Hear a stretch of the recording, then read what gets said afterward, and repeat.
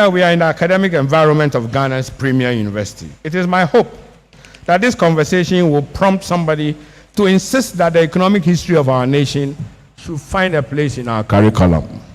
I do not just mean the macro history of the ups and downs of our national income and interest rates and inflation, etc.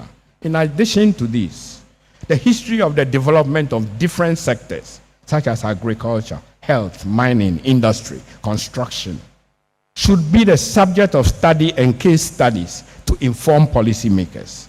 Closely aligned with this suggestion is the need for more interaction between academia and policymakers. This will help researchers zone in on areas of concern to policymakers and provide factual analysis to aid policy.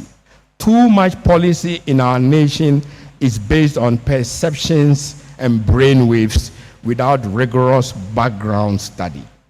As a result, many policies which have been tried before without expected success get recycled because policymakers do not know about the previous efforts. Any student of our economy will tell you our problems are cyclical.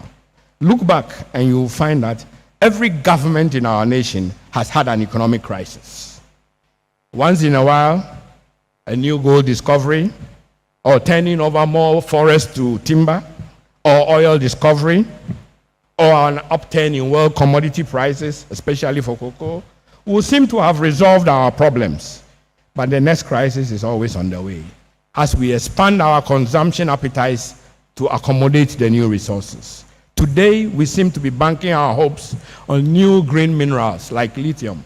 That is all well and good. However, let us study the lithium value chain and maximize our advantages, not just from the current high lithium prices of today, but from the complete lithium to battery value chain. Indeed, already studies show that in the next decade, 10 years from now, the prices of lithium will be about a tenth of what they are today, because lithium is being found all over the world. And what we have found, if we are not fast with it, we will end up with what we call abundant resources. If we fail to do that, we would have lost another opportunity. And whose fault would it be? Men, at some times, are masters of their fates. The fault, dear Brutus, is not in our stars, but in ourselves that we are underlings. Happily, Brutus also reminds us, this was Cassius, but Brutus reminds us that there is a tide in the affairs of men, which taken at the flood leads on to fortune.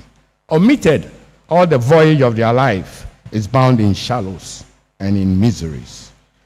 This is the time to take the tide.